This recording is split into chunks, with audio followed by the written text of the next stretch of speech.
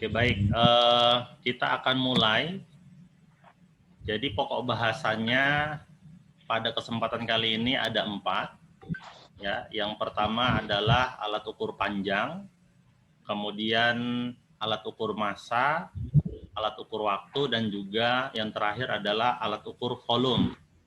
Nah, ini kalau di pertemuan di psikologi ini Bapak pecah-pecah nih ya, kecuali waktu dan volume itu Bapak gabungin. Oke, ini akan kita bahas semuanya pada kesempatan kali ini. Nah, adapun indikator pembelajarannya, yang pertama adalah kalian nanti diharapkan mampu membaca dan menuliskan hasil pengukuran menggunakan alat ukur panjang, kemudian mampu membaca dan menuliskan hasil pengukuran menggunakan alat ukur massa, kemudian mampu membaca dan menuliskan hasil pengukuran menggunakan alat ukur waktu, dan juga yang terakhir mampu membaca dan menuliskan hasil pengukuran menggunakan alat ukur volume. Ini ada 4 indikator yang kita harapkan nanti setelah pembelajaran ini kalian mampu ya memenuhi indikator pembelajaran tersebut. Oke, kita bahas satu-satu nanti ya. Sebelum ke alat ukurnya, Bapak akan jelaskan dulu apa sih itu pengukuran ya. Jadi mengukur itu sebenarnya adalah membandingkan suatu besaran dengan satuannya. Suatu besar atau nilai dengan satuannya. Itu adalah definisi dari mengukur. Nah, hasil pengukuran itu dinyatakan dengan nilai pasti, kemudian plus minus nilai taksiran atau nilai ketidakpastian. Nah, dalam pengukuran hasilnya dibuatkan seperti itu. Jadi ada nilai pastinya berapa, plus minus nilai taksirannya, gitu. Nah, besar nilai taksiran atau nilai ketidakpastiannya itu ditentukan dari setengah skala terkecil dari alat ukur. Jadi kita harus tahu dulu skala terkecil dari alat ukur yang kita gunakan. Kemudian diambil setengahnya, gitu. Nanti untuk kalau masih agak bingung nanti Bapak jelasin lebih lanjut. Ya. Nah, ini adalah definisi dari mengukur dan cara menuliskan hasil pengukuran. Kita masuk yang pertama untuk alat ukur panjang. Nah, di sini Bapak langsung masuk ke jangka sorong. Sebenarnya alat ukur panjang itu yang sering kita gunakan veteran ada mistar ya. Mister. Ya, itu kan alat ukur panjang. Nah, tapi Bapak yakin kalian tahu menggunakan mistar karena sering dipakai. Ya. Nah, jadi ini Bapak langsung masuk ke jangka sorong. Oke, jangka sorong ini ada 3 kegunaannya. Ya, ada 3 kegunaannya. Yang pertama, jangka sorong itu bisa digunakan untuk mengukur diameter dalam. Diameter dalam. Jadi misalkan kalian bayangkan ada sebuah tabung lah ya. Ada sebuah tabung. Nah, kalian bisa ukur diameter dalamnya. Caranya gimana? Ini kan ada lubang nih. Kalian masukkanlah ke rahang atas dari jangka sorong. Dimasukkan ke sini, kemudian digeser. Rahang bawah ini bisa digeser-geser. Ya. Nah, ini cara menggunakan jangka sorong kalau digunakan untuk mengukur diameter dalam. Jadi dipakai yang sini. Nah, ini. Nah. Sudah? Yang kedua, jangka sorong bisa digunakan untuk mengukur diameter luar. Jadi misalkan tabung ini mau kita ukur diameternya. Maka kita tinggal masukkan saja tabungnya itu ke rahang bagian bawah. Nah, misalkan gini Bapak tuliskan, ini tabungnya. Nah, Diameter ini kan bisa diukur nih. Nah, itu caranya. Nah, jadi rahang bawah ya, rahang bawah ini untuk mengukur diameter luar ya. Atau misalkan kalian mau mengukur diameter kelereng. Udah tinggal jepitkan aja ke sini. Nah, gitu kelerengnya ya. Kemudian yang terakhir, jangka sorong juga bisa digunakan untuk mengukur kedalaman suatu benda. Ya. Tapi bukan kedalaman yang terlalu dalam ya. Disesuaikanlah sama panjang ini. Ini ada batang panjang di sini, tapi tidak terlalu panjang. Inilah menyesuaikan dengan kedalaman yang ada di sini. Di bagian dari jangka sorong yang ini. Jadi bisa digunakan untuk mengukur kedalaman suatu lubang benda. Ya. Nah, yang berikutnya, jangka sorong itu punya ketelitian 0,01 cm. Ini yang pada umumnya. Ya. 0,01 cm. Nah, jadi yang perlu kalian ingat ini aja. Ketelitian jangka sorong itu 0,01 cm. Kemudian fungsinya bisa mengukur diameter dalam, bisa mengukur diameter luar, dan juga bisa mengukur kedalaman suatu benda. Mati lampu Kak Pi. Gitu. Oke, pertama mau di yang Telkom apanya? Mikrofonnya pertama. Kak Pi. Oke, Bapak lanjut ya. Kira-kira ada yang mau ditanya sebelum Bapak lanjut untuk jangka sorong, Nak? Pak. Ya, silakan. Panjang jangka sorong itu berapa sentimeter, Pak? Yang biasa. Ya. Nanti di jangka sorong itu pada umumnya ya, ini pada umumnya. Ini sampai 20. Nanti jadi nanti di sini ada 2 skala di jangka sorong nih. Skala utama. Ada skala utama itu yang ini. Ini ada angka-angka ini dari 0 sampai ini yang nampak 17 cm ya. Nah, ini namanya skala utama. Ada namanya skala nonius. Skala nonius ini yang ini. Nih. Ini ada nilai ini, ada angka 0 sampai 10. Ya. Ini namanya skala nonius. Ini yang bisa digeser-geser. Bisa digeser ke sana untuk memperbesar, bisa ke sini. Gitu. Jadi kalau digeser ke kanan kan rahangnya makin lebar tuh. Iya, Pak. Nah, gitu. Oke. Bapak lanjut.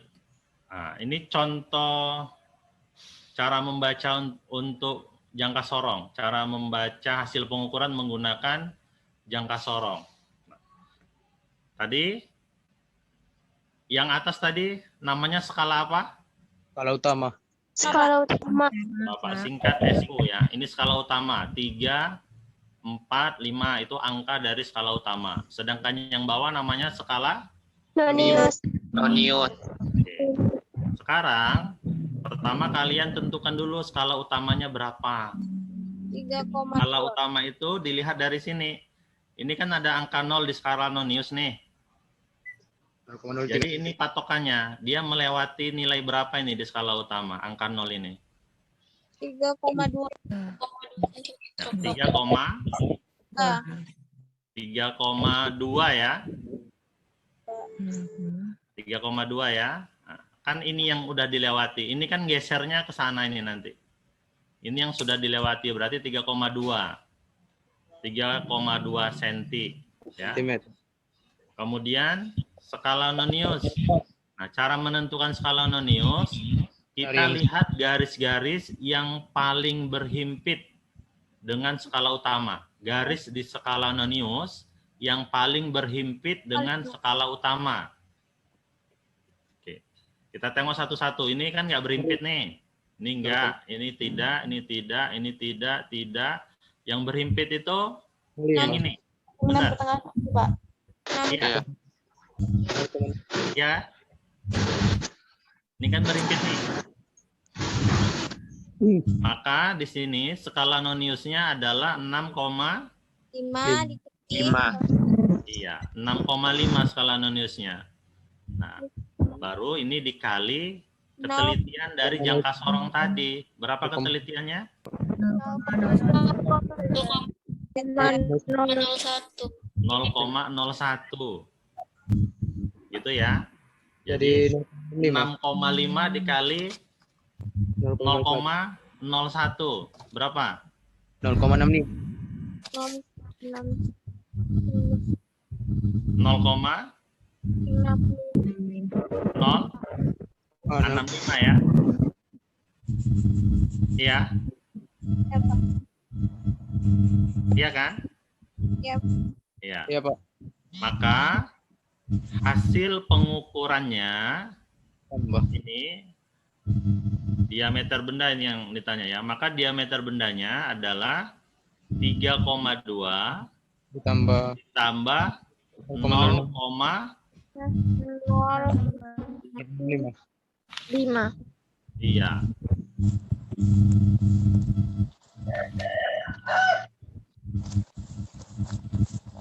Apa taruh di samping aja ya. 3,2 ditambah 0,065. Hasilnya berapa? 3. Hasilnya berapa? 3,2. 3,265 cm. Jangan lupa satuannya sentimeter ya. Pak. Nah, inilah hasil diameter bendanya. Tapi kalau dalam penulisan kayak yang tadi di awal pengukuran itu harus dituliskan nilainya plus minus apa tadi? Masih ingat nggak? Setengah ketelitiannya, Pak. Iya, setengah dari nilai ketelitiannya. Maka kita harus nuliskannya seperti ini hasil pengukurannya. 3,265 plus minus setengah dari 0,0 0,01 cm ya. cm. Ya. Iya, berarti berapa itu setengah kali 0,01 cm? 0,005 ya. Maka ini dituliskan seperti ini 0,005. Satuannya ini dalam senti. Gitu. Paham? Paham, Pak. Paham ya? Oke. Pak lanjut. Langsung, berapa skala utamanya? 3,1. Iya, 3,1 cm. Jangan lupa cm. Iya, Pak. Skala Noniusnya garis 0,0. berapa cm? 7. 7. Ini 0,01 cm. 0,01. Ya, berapa? 7 kali 0,01? 0,07. 0,07. Maka berapa hasilnya? 3,1 tambah 3,1 tambah 0,07. Berapa? 3,1 ditambah 0,07? 3,7. 3,17. 3,1. 7 Dengan 3,1. Kalau dituliskan lengkap menjadi 3,17 0,00. plus minus 0,005 ya senti. Ya. Itu. Jangan lupa ini di belakang komanya 3 ya, maka ini juga harus 3 di belakang koma, makanya ditambahkan 0 biar sama dia 3 angka di belakang komanya. Bisa? Bisa nak? Bisa, Pak. Bisa ya, oke baik. Sekarang Bapak lanjut ke micrometer screw. Micrometer screw itu digunakan untuk mengukur ketebalan suatu benda, tapi enggak yang tebal-tebal kali. Misalkan plat yang tipis, atau yang tipis kali itu kertas. Kertas itu ketebalannya bisa diukur pakai micrometer screw. Caranya tinggal letakkan aja bendanya di sini, di antara rahang ini. baru nanti diputar. Ini bisa diputar-putar. Jadi mikrometer skrup juga punya dua skala, ada skala utama, ada skala nonius. Skala utamanya yang ini. Skala noniusnya yang ini, yang bisa diputar-putar. Sudah? Sudah? Iya, Pak. Oke. Nah, sekarang lihat gambar yang ini. Ini skala utama yang ini. Nah, ini nilainya 0, 1, 2, 3, 4. Ya, dalam satuan mili nih. Kalau di bawahnya berarti 0,5. Berarti 1,5, ini 2,5, 3,5, 4,5. Iya. Oke. Dari yang ini kita bisa tuliskan skala utamanya 4,5 karena dia nampak ini yang garis 4,5-nya. Jadi lihat nanti yang berimpit sama ini dia. Sama skala nonius yang ini. Berimpitnya angka berapa di skala utama. Dah. Baru skala noniusnya adalah patokannya ini. Ini garis lurus ini dia berhimpit sama garis keberapa di skala nonius. Berarti yang ini nih. 12, Pak. Nah, 12, Pak. 12. Berarti 12 dikali ketelitian dari mikrometer skrup tadi. Mikrometer skrup itu ketelitiannya 0,01 mili. Mili ini ya. Kalau jangka sorong senti. Jangan lupa itu. Berarti 12 dikali 0,01 mili. Hasilnya 0,12 mili. 2 mili. Kemudian ketebalannya menjadi 4,5 ditambah 0,12. Berarti 4,62. Sampai sini paham untuk membaca menggunakan mikrometer skrup, membaca hasil pengukuran? Paham, Pak. Paham. Oke. Bapak tambahkan. Ini kalau lengkap harus ditulis seperti ini. Hasil pengukurannya pakai plus minus tadi. Berarti 4,62 plus minus berapa setengah dari 0,01? 0,005. Iya, 0,05 mili ya. Lihat berapa angka di belakang koma? 3. Ini berapa angka di belakang koma? 2. Harus ditambah 0. 0. Berarti 4,620 plus minus 0,005 mili. Contoh soal. Berapa skala utamanya? 4,5. 4,5. Oke, 4,5. Good. Berapa skala noniusnya? 38. 38. Oke, 38 dikali 0,01 mili ya. Berarti 0,38 mili, betul? Betul, Pak.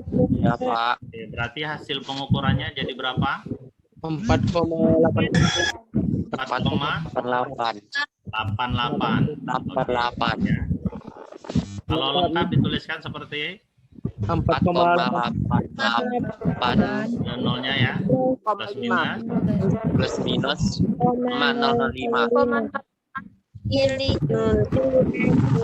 Bisa? Bisa, Bisa, Pak. Pak. Oke, good. Berapa skala utamanya untuk contoh yang berikutnya? 8,5. 8,5, good. Ya, ini 6, ini 7, ini 8. Berapa skala noniusnya? 12. 12 ya. 12. 13 belum sampai. Yang udah dilewati adalah 12. Berarti skala nonius 12 kali 0,01 mili. 0,12, Pak. Ya, 0,12. Bukan 0,12 bacanya ya, 0,12. 0,12. Berarti hasilnya berapa?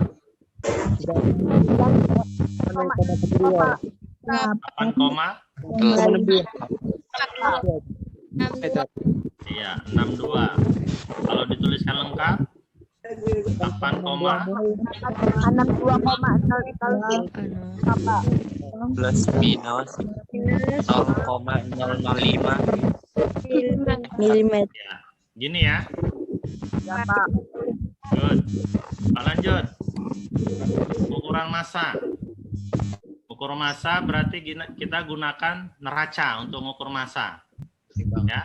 Nah, salah satu neraca yang manual namanya ini, neraca Ohaus. Ini adalah gambar dari neraca Ohaus 3 lengan. Kenapa dibilang 3 lengan? Karena nanti di sini ada 3 ininya. 1, 2, 3. Nanti kalau 4 jadinya 4 lengan gitu. Ada nilai-nilainya nanti di sini. Udah? Nah, cara menggunakan kita tinggal letakkan aja bendanya di sini. Ini wadah untuk menampung benda yang mau ditimbang. Nah, ini adalah skrup kalibrasi. Kalibrasinya gini, kalau kita nimbang, kita harus mengkalibrasi alat ukurnya dulu. Mengkalibrasi itu maksudnya menempatkan garis mula-mulanya itu tepat di angka 0. Ya. Jadi ini ada angka 0 nanti di sini. Nah, garis ini harus pas dia dengan angka 0. Dengan garis angka 0. Caranya inilah yang diputar-putar supaya pas. Kalau sudah pas, baru letakkan bendanya di timbangan. Barulah ditimbang, dibaca berapa yang terbaca. Gitu. Nah, ini neraca lengan ada seri-serinya. Yang kalau seri 2610 berarti dia dapat mengukur massa sampai dengan 2.610 gram. Ini ketelitiannya 0,1 gram. Ada neraca 4 lengan. Serinya Ohaus 311. Berarti dia dapat mengukur massa sampai 311 gram. Ini ketelitiannya 0,01 gram. Ya. Makin banyak lengannya, makin teliti dia. Betul itu. Gitu ya. Contoh nih cara membacanya. Ini adalah neraca Ohaus 3 lengan gambarnya. Ya. Nah, jadi kita tinggal jumlahkan aja. Yang pertama dilihat yang paling belakang. Yang paling belakang itu ini. Ini kan sebenarnya gambarnya seperti ini nih. Yang ini yang pertama, ini yang kedua, ini yang ketiga, ini yang keempat, gitu. Nah, ini karena yang ketiga, ini yang 3 lengan, berarti ada 3 skalanya. Jadi yang pertama lihat ini angkanya berapa? 5,5. 5,5 Pak. 5,5. Kemudian lihat ditambah yang ini berapa? 20.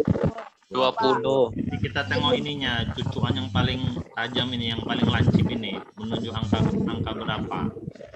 Baru yang ketiga ini. 200. Nah, udah tinggal jumlahkan aja. 5,5 tambah 20 tambah 200. Paling gampang lah kalau nimbang ya. Bisa? Apa? Bisa ya? Selanjutnya. Contohnya ini. Oke, berapa ini hasil pengukuran massanya coba? Yang pertama berapa angkanya? 200. 200. Oke, berarti 200 ditambah berapa? 40. 40. Ditambah berapa? 8. 8. Ditambah berapa? 0,5. 0,5. Tuh. Berarti hasilnya berapa? 245 gram. 240. 48,5. Satuannya gram. Kalau diubah dalam kilogram 0,2485 kilogram. Nah, bisa? Nah, oke. Selanjutnya alat ukur waktu. Alat ukur waktu bisa gunakan Menit, detik, jam. atau bisa pakai stopwatch. Ya kalau jam tangan Bapak nggak ajarkan lah, kalian bisa lah melihat kan jam tangan ini. Stopwatch. Pernah pakai stopwatch tidak? Kenapa? Pernah ya. Sekarang biar cepat nih. Ini kan ada nilai yang gede, angkanya yang besar. Ini adalah ngelihat Menit. detiknya atau menitnya Menit, Pak. Detik-detik. yang besar. Jadi Detik, Yang Pak. besar detik ya. Yang besar Bapak. detik. Yang kecil itu baru yang Menit. menit. Ah, ini Menit. menitnya yang kecil. Yang gede adalah detiknya. Jangan salah ya. Nah, di sini menitnya berapa nih? 1 menit ya. Nah, ini maksimal 30 menit nih. Berarti satu garis ini 1 menit. Berarti 1 menit. Detiknya 10 ya. 10. Berarti 1 menit itu kan 60 detik. Berarti 60 tambah 10. 70 detik. Oke, bisa yang ini untuk pakai stopwatch analog? Bisa, Pak. Oke. Bisa, Contoh. Pak. Ayo, berapa ini hasil pengukuran stopwatch-nya? 20. Berapa menit dulu? Berapa menit pertanyaannya? Berapa menit? 20 menit. Oke, 20 menit. Tambah berapa detik? 30 detik. Iya, 30 detik ya. Berarti berapa itu? 20 menit berapa detik? 1.200, Pak. 600 detik. 1200 ya. Tambah 30 ya. 1.200 tambah 30.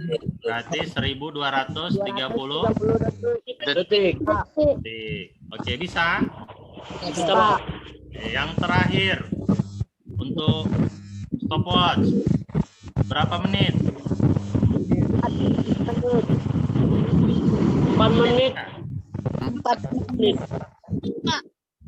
Pak. Belum. 4 belum sampai nih. 3 ini ya. Lewat lah ya. Ya, Pak. Anggaplah 3 ini karena garisnya bebayang nih. Kalau keempat belum nyampe. Tiga. Oke, 3 menit. Anggaplah nih 3 menit. Detiknya berapa? 13,2. 13,2 itu Pak. 2. Satu garis berapa ini? Satu Oh, garis. 13,1 detik. 13,1, Pak. Nah, satu garis itu 0,2 nah, bukan 0,1. Tengok nih. 5, 5,2, 5,3 gitu dia. Oh. Ya kan? Ini kan 6. Berarti ini garisnya kan di antara 5 sama 6 ada 4 garis nih kan? Berarti satu garis itu 0,2. Nah, 13,4, Pak. 13,4. ya anggaplah yang berimpit garis kedua yang ini ya. Anggaplah garis kedua yang berimpit. Berarti ini 11, 12, 13, berapa? 13,2. 13,4 bukan 0,2. 13,4 ya. Ya, Pak. Oke, berarti 3 menit ditambah 13,4 detik. 3,4 detik, Pak. 3 menit berapa detik? 60, 180, 60 Pak. Detik. 100? 80 detik. 10 detik. 180 ditambah 13,4 berarti berapa? 93,4 detik. Iya. 4 detik. Oke. Oke, bisa. Pak. Coba. Yang terakhir pengukuran alat ukur volume. Jadi kalau ukur volume kita gunakan gelas ukur bisa. Ya, gelas ukur. Caranya gimana? Misalnya ada gelas ukur, kita masukkan air 50 mili. Kemudian yang mau kita ukur adalah volume dari batu misalkan.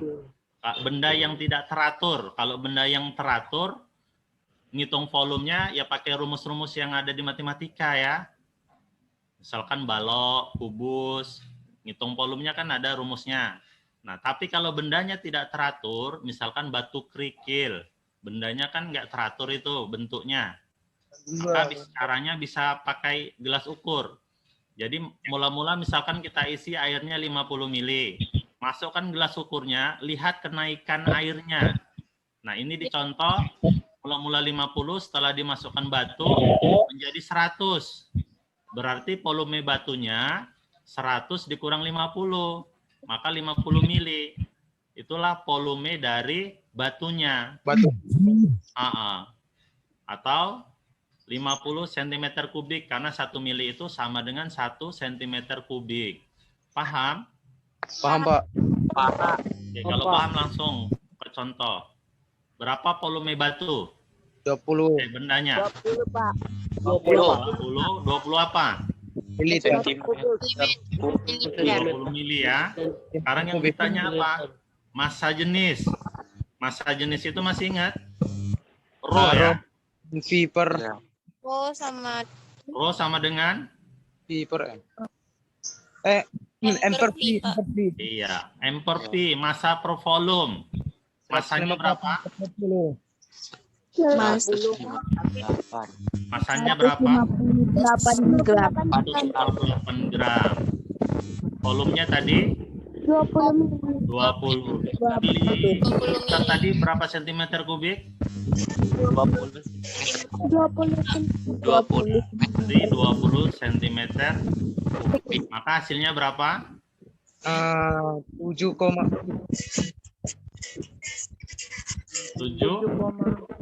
9 Pak. 7,9. 7,9 gram per sentimeter. 9. Kubik. Oke, paham? Paham Pak. Paham ya?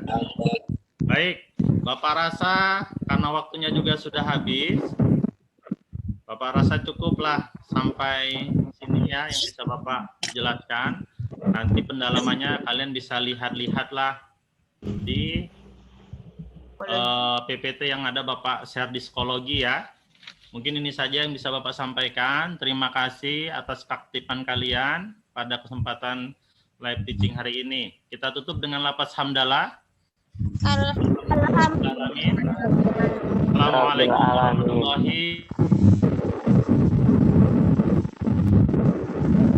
wabarakatuh. Waalaikumsalam warahmatullahi wabarakatuh. Ya.